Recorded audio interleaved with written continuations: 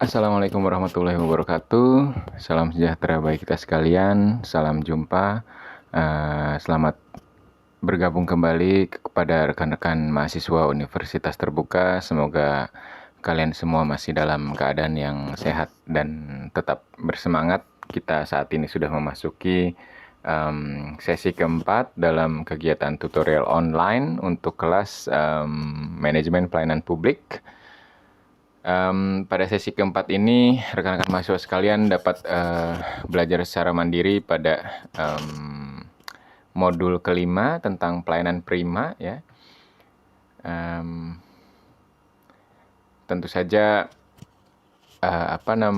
sebelum belajar secara mandiri itu, saya akan sedikit memaparkan tentang materi perkuliahan pelayanan prima, bahwa tentu saja pertanyaan pertamanya adalah apakah pelayanan prima itu? Secara definisi, pelayanan prima merupakan pelayanan yang lebih dari ekspektasi atau lebih dari harapan begitu, atau lebih dari target yang telah ditetapkan, atau pelayanan yang diberikan kepada penerima layanan publik secara signifikan begitu. Selanjutnya, fokus dalam pelayanan prima ini adalah tentu saja pada consumer satisfaction atau kepuasan masyarakat, atau public satisfaction berarti dalam konteks pelayanan publik, ya. Tentu saja kriterianya itu adalah memiliki sikap yang ramah, sopan, kemudian responsif, akurat, imparsial begitu. Selanjutnya, prinsip utamanya ada empati, kecepatan, akurasi, kejelasan, dan keramahan, ya, atau hospitality. Kemudian tujuan dari dilakukannya pelayanan prima ini adalah untuk membangun kepercayaan masyarakat terhadap institusi pemberi layanan publik. Selanjutnya, orientasi kepada masyarakat sebagai penerima layanan merupakan orientasi dari pelayanan prima. Pelayanan prima ini juga memiliki kriteria bahwa harus memenuhi asas pelayanan publik, yakni simple, jelas, terbuka, adil, efektif, dan efisien, ya. Selanjutnya, supporting komponennya adalah profesionalisme dari aparat pemberi layanan publik dan sistem yang tentu saja terbuka atau aksesibel, bisa diakses oleh siapapun tanpa memandang golongan atau kelas begitu. Selanjutnya, indikator atau ciri-ciri layanan yang prima ini adalah prosedurnya lazimnya mudah, kemudian waktu pelayanannya relatif cepat, ya. Selanjutnya, biaya mengakses layanannya wajar dan transparan. Kemudian, sumber daya manusia atau aparatur pemberi layanan publiknya adalah memiliki kompetensi, kapasitas, dan kapabilitas serta ramah kepada seluruh pengakses layanan publik. Kemudian, pelayanan prima juga harus didukung oleh fasilitas atau sarana dan prasarana yang representatif atau memadai begitu. Layanan prima berujung pada kepuasan publik atau kepuasan masyarakat. Nah, kepuasan masyarakat ini tentu saja memiliki indeks, ya, indeks atau alat ukur atau sebagai parameter untuk menilai seberapa baik kualitas layanan publik yang diberikan oleh pemberi layanan publik, dalam hal ini pemerintah, ya. Dasar hukumnya atau produk hukum yang menjadi legal standing dalam pemberian layanan prima kepada masyarakat adalah Peraturan Menteri Pemberdayaan Aparatur Negara, Reformasi dan Birokrasi Republik Indonesia Nomor 14 Tahun 2017. Selanjutnya, tujuan dari dilakukannya atau dicari taunya indeks kepuasan masyarakat ini adalah tentu saja untuk mengetahui kinerja layanan, ya, dan sebagai bahan evaluasi bagi perbaikan layanan di masa mendatang.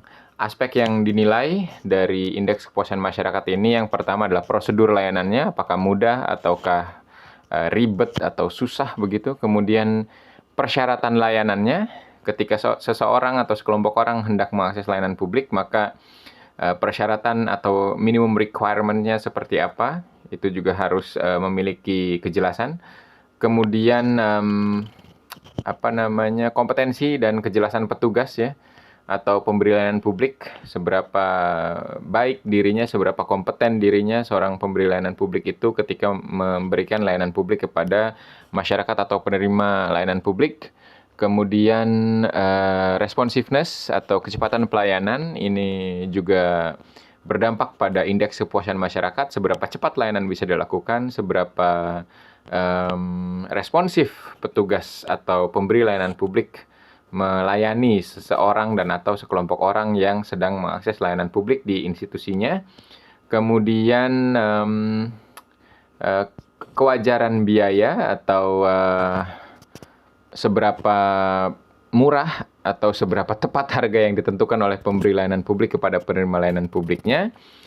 Kemudian kualitas dari fasilitas atau sarana prasarana, seberapa baik ruang tunggunya, seberapa modern peralatan yang digunakannya, seberapa modern mekanismenya, apakah masih menggunakan cara-cara konvensional atau menggunakan mekanisme yang memanfaatkan teknologi informasi dan komunikasi atau teknologi digital seperti itu. Hasil dari indeks kepuasan masyarakat ini tentu saja akan menjadi dasar bagi peningkatan kualitas pelayanan prima di masa mendatang dari suatu organisasi layanan publik ya. Nah, apabila ditelisik secara lebih mendalam, pelayanan prima ini tentu saja suatu proses atau tindakan yang bermuara pada kepuasan publik. Jadi yang dikejar itu utamanya adalah pelayanan yang menyasar pada kepuasan masyarakat seperti itu. Kemudian asas yang harus dikejar dari pelayanan prima ini adalah transparan, akuntabel, cepat dan juga imparsial atau adil. Kemudian di dalam pelayanan prima ini juga ada indeks kepuasan masyarakat yang harus dipenuhi, yang mana ini merupakan instrumen yang krusial ya untuk mengukur kualitas layanan dan dasar perbaikan berkelanjutan. Selanjutnya, tujuan akhir dari terciptanya pelayanan publik yang berkualitas, adil, dan memuaskan masyarakat merupakan tujuan yang hendak dicapai dari layanan yang prima ini ya. Demikian paparan untuk pengantar belajar independen kepada rekan-rekan mahasiswa Universitas Terbuka sekalian. Mohon maaf apabila saya banyak mengeluarkan kata-kata yang kurang pantas, dan terima kasih banyak atas perhatian dan juga semangatnya ya. Satu hal lagi sebenarnya, mohon maaf apabila saya kurang mampu mendeliver pendapat atau materi kuliah, baik dalam bentuk video maupun dalam bentuk tulisan. Nanti kita akan ada sesi webinar ya. Saya belum mengetahui bagaimana mekanismenya karena memang ini pertama kalinya, dan mungkin nanti akan saya tanyakan kembali ke pihak universitas, ke pihak kampus ya. Dan apabila rekan-rekan mahasiswa sekalian ingin memperoleh respon yang cepat, mungkin dapat menghubungi saya via WA ya, yang sudah saya berikan ke beberapa rekan mahasiswa. Apabila hendak menghubungi saya melalui WA, nanti silakan bertanya pada teman-teman yang sudah saya berikan kontak saya ya. Atau nanti saya share kembali lah kepada rekan-rekan mahasiswa sekalian. Demikian materi video sapaan untuk sesi inisiasi keempat ini. Sekali lagi saya ucapkan terima kasih banyak, tetap semangat. Sampai bertemu nanti di sesi webinar. Saya akhiri. Wassalamualaikum warahmatullahi wabarakatuh. Salam sejahtera bagi kita sekalian dan selamat belajar.